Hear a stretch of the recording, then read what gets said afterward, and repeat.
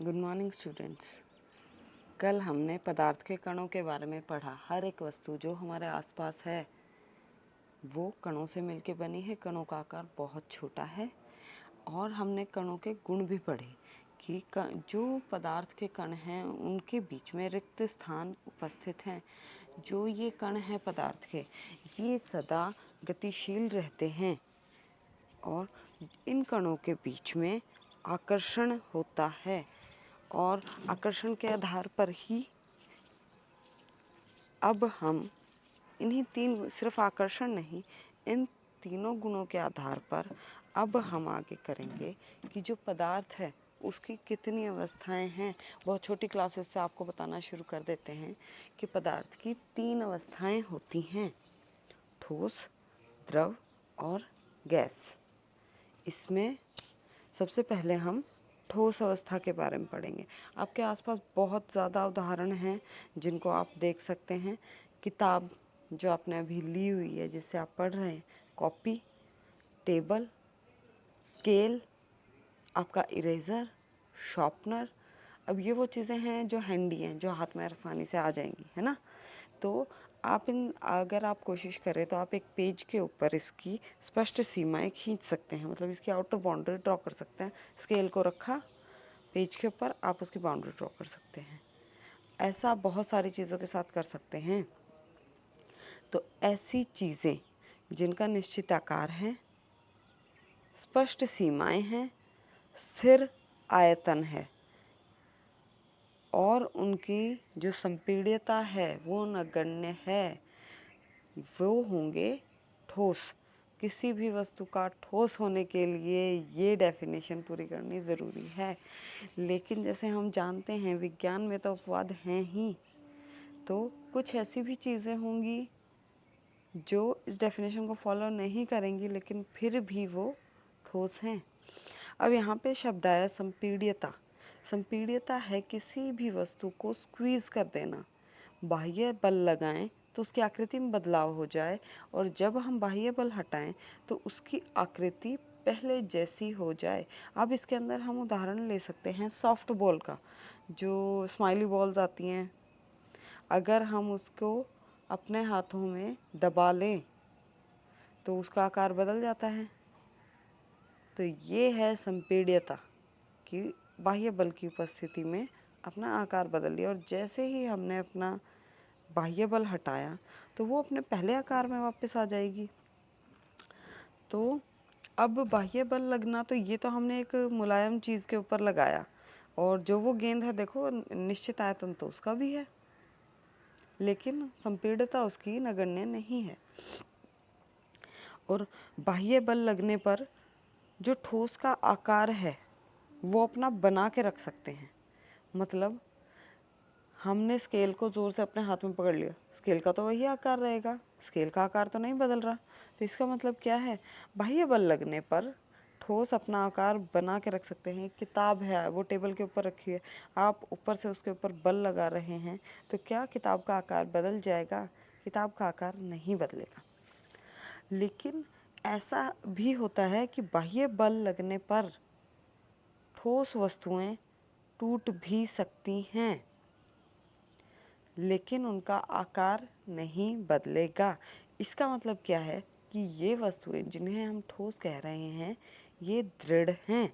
अब देखिए आगे बहुत ही मज़ेदार 3 सवाल लिखे हुए हैं। हमें जस्टिफाई करना है कि ये तीनों चीज़ें डेफिनेशन में फिट नहीं हो रही ठोस की, लेकिन फिर भी ये ठोस हैं। सबसे पहला, रबर बैंड को क्या माने? हम कहेंगे ठोस है, दिख रहा है कि वो ठोस है, लेकिन खींचते हैं तो उसका आकार बदल जाता है। बाह्य बल हटता है तो उसका पहले वाला आकार वापस आ जाता है। ऐसा ही है। अब जैसे मैंने बताया कि जैसे ही बाह्य बल हट गया तो वो अपने मूल आकार में वापस आ गया। तो इसका मतलब क्या है कि क्योंकि उसने अपना पुराना आकार दोबारा से गेन कर लिया तो यह ठोस है। और जब बहुत ज़्यादा बल लगाते हैं तो ये रबर बैंड्स टूट भी जाते हैं। दूसरा है, विभिन्न आकार के बर्तनों में रखने पर चीनी और नमक उन्हीं बर्तनों में का आकार ले लेते हैं। अब ये बात समझना बड़ा आसान है। हमारे घर में जो चीनी, नमक, दालें या कुछ भी है, उन्हें हम बर्तनों में रखते हैं, है ना। लेकिन इसका मतलब ये बिल्कुल भी नहीं है कि उस ठोस ने उस बर्तन का आकार ले लिया है, क्योंकि वो जो ठोस का जो सबसे छोटा कण है, जो चीनी का वो सबसे छोटा कण है, उसका आकार नहीं बदलेगा। चाहे उसको आप टेबल पे रख दो, चाहे उसको आप उस बर्तन में रख लो, कहीं भी रख लेंगे, प्लेट में रख लेंगे, तो भी उसका आकार नहीं बदलेगा। तब हम कहेंगे कि उसके क्रिस्टल का आकार नहीं बदल रहा है, जिसके कारण वह ठोस है। स्पंज, जो बाथ स्पंज होता है, देखने में ठोस है क्योंकि निश्चित सीमाएं हैं। एक पेपर पे रख के हम उसकी बाउंड्री भी बना सकते हैं, लेकिन उसका संपीड़न संभव है। अगर हम बाह्य बल लगाते हैं तो वो अपना आकार बदल लेता है। इसमें क्या चीज़ दिमाग में आनी चाहिए, जो स्पंज है उसके अंदर बहुत छोटे छोटे छिद्र होते हैं और जिसके अंदर हवा बंधी हुई होती है, समावेशित होती है। तो जैसे ही हमने बल लगाया, वो वायु बाहर आ गई, वो हवा बाहर आ गई और उसने अपना आकार बदल लिया। लेकिन जैसे ही हमने अपना हाथ हटाया, तो उस स्थिति में क्या हुआ, जैसे ही हमने बाह्य बल हटा लिया, उस स्थिति में क्या हो गया, जितनी वायु बाहर निकली थी वो दोबारा उसके अंदर चली जाएगी और स्पंज का आकार दोबारा वही हो जाएगा जो पहले था। तो हम कह सकते हैं कि जो स्पंज है वो भी ठोस है। इसके बाद आ गया द्रव। हर एक पदार्थ जो बह सकता है, जिसका निश्चित आकार नहीं है, निश्चित आयतन होगा लेकिन निश्चित आकार नहीं होगा, इसको हम कैसे समझेंगे। 100 ग्राम पानी है, वो तो 100 ग्राम ही रहेगा। मतलब चाहे उसको आप एक बीकर में रख लो, एक गिलास में रख लो, एक प्लेट में रख लो, एक कटोरी में रख लो, 4 चीज़ों में रख लिया, 100 ही ग्राम पानी। उसने अपना आकार बदल लिया, लेकिन है तो वो 100 ग्राम ही। तो जो आयतन है वो निश्चित है और ये बह सकते हैं, ये दृढ़ नहीं है। अब इसके बाद आ गया विसरण। विसरण हमने पढ़ लिया है पहले ही। गैसों का विसरण आपस में बहुत आसानी से होता है। ठोस के अंदर भी द्रव का विसरण संभव है। और इसके बाद आ गया जो एक बहुत ही इम्पॉर्टेंट फिनोमेना है कि जो जलीय जीव है वो सांस कैसे लेते हैं। बहुत छोटी क्लास से ये वाला क्वेश्चन हम करते हुए आते हैं और सभी बच्चों को बहुत पहले से समझा दी जाती है ये बात कि जो वायु घुली हुई होती है उसके अंदर विभिन्न गैसें हैं जल के अंदर ही। तो जो जलीय जीव हैं उस ऑक्सीजन का इस्तेमाल करते हैं और पौधे भी उसी जल में घुली हुई कार्बन डाइऑक्साइड का इस्तेमाल करते हैं। अब विसरण की दर, जो विसरण की दर है वो अलग अलग है ठोस, द्रव और गैस में। अब ये किस तरह पता लगेगा, हम विसरण की दर की तुलना किस तरह कर सकते हैं कि जब ठोस के अंदर जो कण है वो अपनी निश्चित जगह पर हैं, वो एक जो कण है वो दूसरे कण के साथ बहुत ही स्ट्रॉन्ग बॉन्ड के साथ बंधा हुआ है, मतलब बहुत अधिक बल है कणों के बीच में। इतनी आसानी से कण अपनी जगह नहीं छोड़ेंगे। तो फिर जब वो इतनी आसानी से अपनी जगह नहीं छोड़ेंगे और रिक्त स्थान बहुत ही कम होता है ठोस के कणों के बीच में, तो विसरण कम सिर्फ इसी ही कारण होगा, क्योंकि विसरण केवल तभी हो पाएगा जब जो कण हैं दूसरे पदार्थ के वो ठोस पदार्थ के कणों के बीच में आ सके। अब अगर हम इसी की बात करते हैं, द्रव में आसानी से होता है विसरण, और आगे हम गैस के बारे में पढ़ेंगे और गैस में सबसे अधिक। अब यहाँ पे हम देख रहे हैं, यहाँ लिखा हुआ है इसका कारण यह है कि क्योंकि द्रव अवस्था में पदार्थ के कण स्वतंत्र रूप से गति कर सकते हैं और उनके बीच में रिक्त स्थान अधिक होता है, जो अभी आपको समझाया गया। अब हम आ जाते हैं गैसीय अवस्था पे। गैस हमारे आसपास जो वायुमंडल है, आप सभी को पता है उसके अंदर गैस है, विभिन्न प्रकार की गैस है। अब अगर हम गैस की डेफिनेशन दें तो क्या होगा? इनका निश्चित आकार नहीं है, निश्चित आयतन नहीं है, संपीड्यता बहुत अधिक होती है। तो हमारे घरों में जो सिलेंडर आते हैं एलपीजी के, देखा होगा आजकल काफ़ी लंबे समय से चल रहे हैं, जो सीएनजी के ऑटो होते हैं, हम अपनी गाड़ियों में भी सीएनजी की किट लगवाते हैं। तो ये जो सीएनजी है ये है कंप्रेस्ड नेचुरल गैस है, तो ये गैस ही, लेकिन क्या कारण है? इसको हम सिलेंडर में भर के इस्तेमाल कर रहे हैं, तो इनकी संपीड्यता बहुत अधिक होती है, जिसके कारण अधिक आयतन की गैस को बहुत ही कम आयतन में भी ढाला जा सकता है। और इसका क्या फ़ायदा है? एक स्थान से दूसरे स्थान पर आसानी से लेके जा सकते हैं। अब जब भी खाना बनता है घर में, तड़के की खुशबू बहुत जल्दी आ जाती है। कोई कहीं परफ्यूम लगा रहा होता है, ये उदाहरण हम कर चुके हैं पहले भी। कहीं अगरबत्ती जलाई जाए तो वो हमें बहुत जल्दी महसूस हो जाती है कि कहीं किसी ने अगरबत्ती जलाई है। अब इसका कारण क्या है?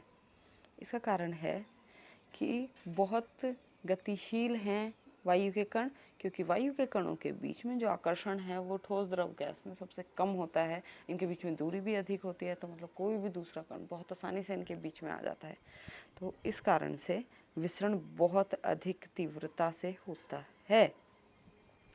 अब यहाँ पे हम चित्र 1.5 में देख सकते हैं। ये जो चित्र बनाया गया है ये बहुत अधिक आवर्धित करके बनाया गया है, केवल आपको समझाने के लिए है कि अगर हम संरचना देखें कणों की, तो ठोस के अंदर क्या है, बहुत ही अधिक पास पास है, इनके अंदर गति की संभावना बहुत ही कम है, क्योंकि इनके बीच में आकर्षण बहुत ज़्यादा होता है। दूसरा आ गया जो द्रव है, द्रव के कणों के बीच में आकर्षण है, परंतु उनके बीच में जो रिक्त स्थान उपस्थित हैं, जिसके कारण इसके अंदर विसरण संभव है। गैस के कण बहुत दूर दूर होते हैं, इनके अंदर गतिज ऊर्जा अधिक होती है, तो जिसके कारण इनमें विसरण सबसे अधिक संभव है।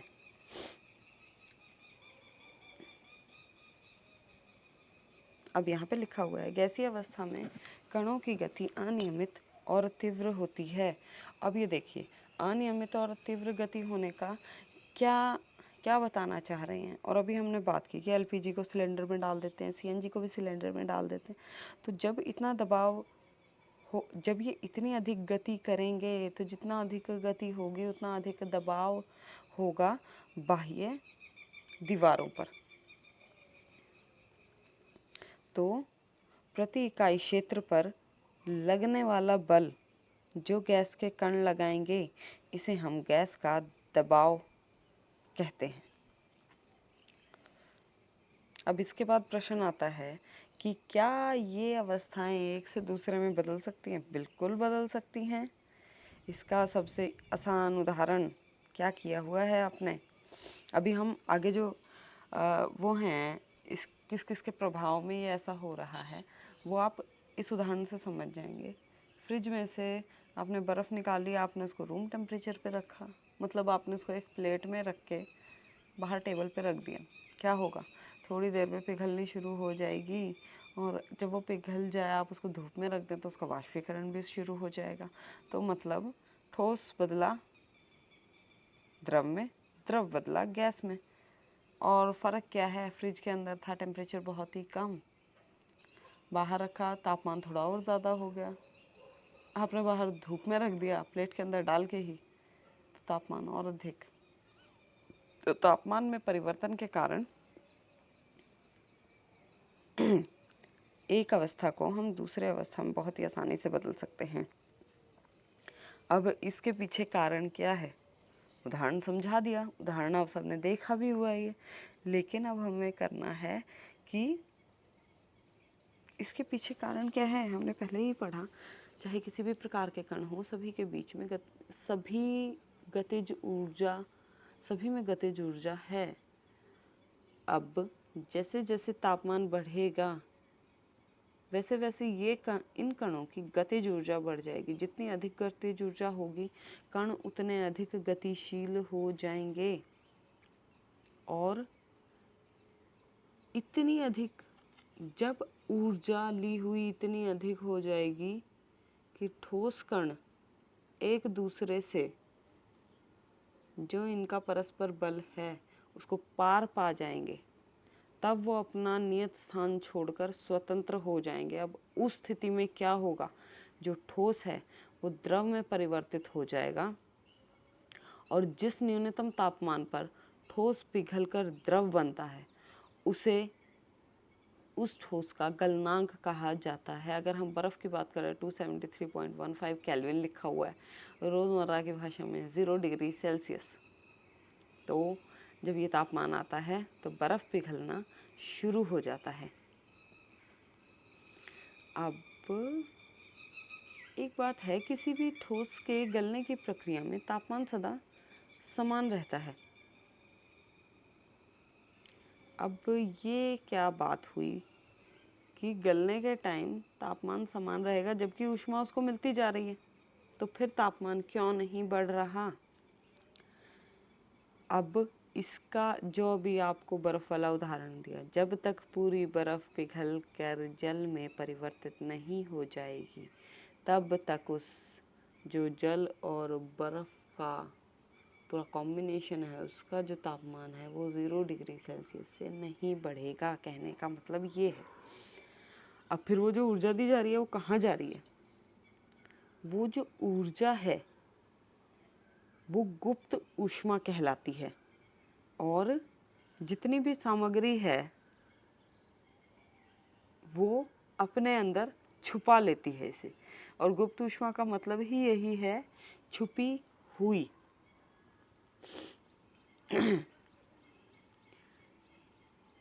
तो इसका मतलब क्या है, अब 0 डिग्री सेल्सियस पे पिघलना शुरू हो गया बर्फ, और हमने क्या कहा अभी कि जो ऊष्मा मिलती जा रही है वो कणों में ही है। तो और अब इस अवस्था में 0 डिग्री सेल्सियस में दो अवस्थाएं हैं, ठोस भी है, मतलब बर्फ भी अभी है, और साथ में जल भी है। अब अगर हम इन दोनों की बात करें तो हमने जैसे अभी पहले ही पढ़ लिया कि जो कण हैं द्रव के, उनकी गति ज़्यादा होगी, तो फिर वो जो ऊष्मा जा रही है वो आसानी से घूमने वाले कण ले लेते हैं, तो जिसकी वजह से उनकी जो ऊष्मा है, उनकी जो ऊर्जा है वो ज़्यादा हो जाती है। तो अब यहाँ पे हर एक बच्चे को ये बात समझ में आ जानी चाहिए कि जब भी एक निश्चित तापमान पर दो अवस्थाएं होती हैं, जैसे यहाँ पे ठोस और द्रव हैं, तो द्रव के कणों की ऊर्जा अधिक होगी बर्फ के कणों के, अगर हम तुलना करें। अब यहाँ पे आपके उत्तर भी यही दिया हुआ है कि जल अब जब वो पूरा का पूरा बदल गया, 0 डिग्री सेल्सियस वाली बात ख़त्म हो गई जब पूरा बदल गया, अब हम उसको गर्म कर रहे हैं। अब इस स्थिति में क्या होगा, जब हमने गर्म करना शुरू किया, एक निश्चित तापमान आएगा, जल उबलना शुरू हो जाएगा। और अब अगर हम वही बात देखें तो जो 100 डिग्री सेल्सियस है जिस पर जल उबलना शुरू होगा, उस पर अब दो अवस्थाएं हैं, द्रव भी है मतलब पानी भी है और जल वाष्प भी है।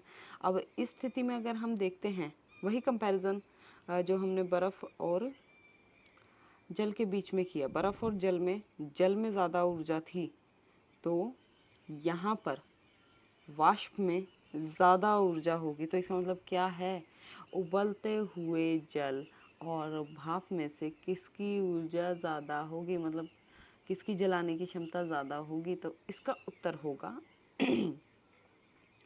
जो भाप है उसके अंदर ज़्यादा ऊर्जा होगी। अब हमने यहाँ पे देखा, हमने गलनांक पढ़ लिया, जब गलना शुरू हुआ वो गलनांक है, ठोस का द्रव में बदलना। और अब आ गया क्वथनांक, एक और शब्द आ गया। हम क्वथनांक क्या है? द्रव का गैस में बदलना। जिस तापमान पे ये शुरू हो जाएगा वो उसका क्वथनांक होगा। अब देखिए कि यहाँ पे ठोस द्रव गैस आपको दिखाया गया है कि अगर तापमान बढ़ेगा ठोस द्रव में बदलेगा, द्रव गैस में बदलेगा, और अगर तापमान कम होता चला जाएगा तो गैस द्रव में बदलेगा और द्रव फिर ठोस में बदल जाएगा। जो रेड एनसर्कल किया गया है वो आपको गलनांक बताएगा, वो आपको गलनांक बता रहा है कि ठोस गल के द्रव में बदल गया। और जो ग्रीन एनसर्कल किया गया है वो आपको बता रहा है कि यहाँ पे क्वथनांक सोचना है आपने कि द्रव गैस में बदल गया। अब कुछ ऐसे भी पदार्थ हैं जो बिना द्रव में बदले, ऐसे ठोस पदार्थ हैं जो बिना द्रव में बदले सीधा गैस में बदल जाते हैं। अब इसका बहुत बढ़िया उदाहरण है अमोनियम क्लोराइड। इस प्रक्रम को ऊर्ध्वपातन कहा जाता है कि जो ठोस है वो सीधा सीधा बदल गया गैस में बिना कोई भी द्रव पीछे छोड़े। क्या किया हुआ है, एक चाइना डिश के अंदर अमोनियम क्लोराइड ले लिया गया, उसके ऊपर फनल लगा दिया, नीचे से हमने उसे गर्म करना शुरू किया और जो फनल का टॉप है हमने उसको रुई से बंद कर दिया ताकि उसमें से जो वाष्प हैं अमोनियम क्लोराइड के बाहर ना जा सके। हम थोड़ी देर बाद देखेंगे कि इसके जो ये जल वाष्प बनेंगे वो धीरे धीरे ऊपर उठेंगे और ठोस अमोनियम फनल में जमना शुरू हो जाएगा। तो जो ठोस है वो सीधा वाष्प में बदल गया, कोई द्रव अवस्था बीच में नहीं आई। इस प्रक्रम को ऊर्ध्वपातन कहा जाता है।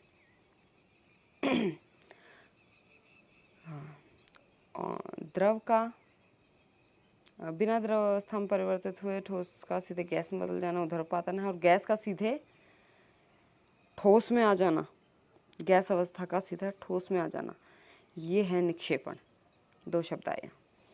अब इसके बाद है दाब परिवर्तन का प्रभाव। तापमान परिवर्तन का पढ़ लिया, तापमान बढ़ेगा ठोस द्रव गैस, तापमान कम होगा गैस द्रव ठोस। अब इसके बाद है दाब परिवर्तन का क्या प्रभाव पड़ेगा। हमने ऊपर ही पढ़ लिया कि जो सिलेंडर के अंदर गैस भरी जाती है, यहाँ पे एक चित्र 1.8 में आपको दिखाया गया है, एक सिलेंडर के ऊपर पिस्टन लगाया गया है और ऊपर से उसके बल लगाते जा रहे हैं। तो हम देखेंगे कि जैसे जैसे दाब बढ़ रहा है कणों के बीच में जो दूरी है वो कम होती जा रही है, और जैसे जैसे दाब घट रहा, अगर हम घटने वाला देखें तो कणों के बीच में आकार, जो कणों के बीच में दूरी है वो बढ़ती चली जाएगी। तो यहाँ हमने देख लिया ठोस विभिन्न अवस्थाओं के ऊपर क्या प्रभाव होगा तापमान और दाब का। जो चित्र 1.9 है इसके अंदर बहुत ही आसान से तरीके से आपको समझाया गया है। जब ठोस द्रव में बदलेगा उसको संगलन कहा जाता है। इसका मतलब क्या है, यहाँ पे तापमान बढ़ रहा है और फिर और तापमान बढ़ेगा तो वाष्पीकरण होगा और जो द्रव है वो गैस में बदल जाएगा। जो ऊपर वाला कर्व दिखाया गया है ठोस का द्रव में, द्रव का गैस में बदलना, यह है तापमान का प्रभाव। और अगर हम इसे ही देखें तो जो गैस है, अगर तापमान कम होगा तो गैस संघनित होगी, पहले वो द्रव में बदलेगी, और तापमान कम होएगा तो जमना शुरू हो जाएगा द्रव और वो ठोस अवस्था में आ जाएगा। और जो नीचे है वो ऊर्ध्वपातन की प्रक्रिया आपको दिखाई गई है कि ठोस अगर बिना द्रव अवस्था में आए सीधा गैस में बदल जाएगा तो इसको हम ऊर्ध्वपातन कहेंगे, और गैस यदि बिना द्रव अवस्था में बदले सीधा ठोस में आ जाता है इसको हम निक्षेपण कहते हैं। उम्मीद है आपको यह सब समझ आया होगा। Thank you.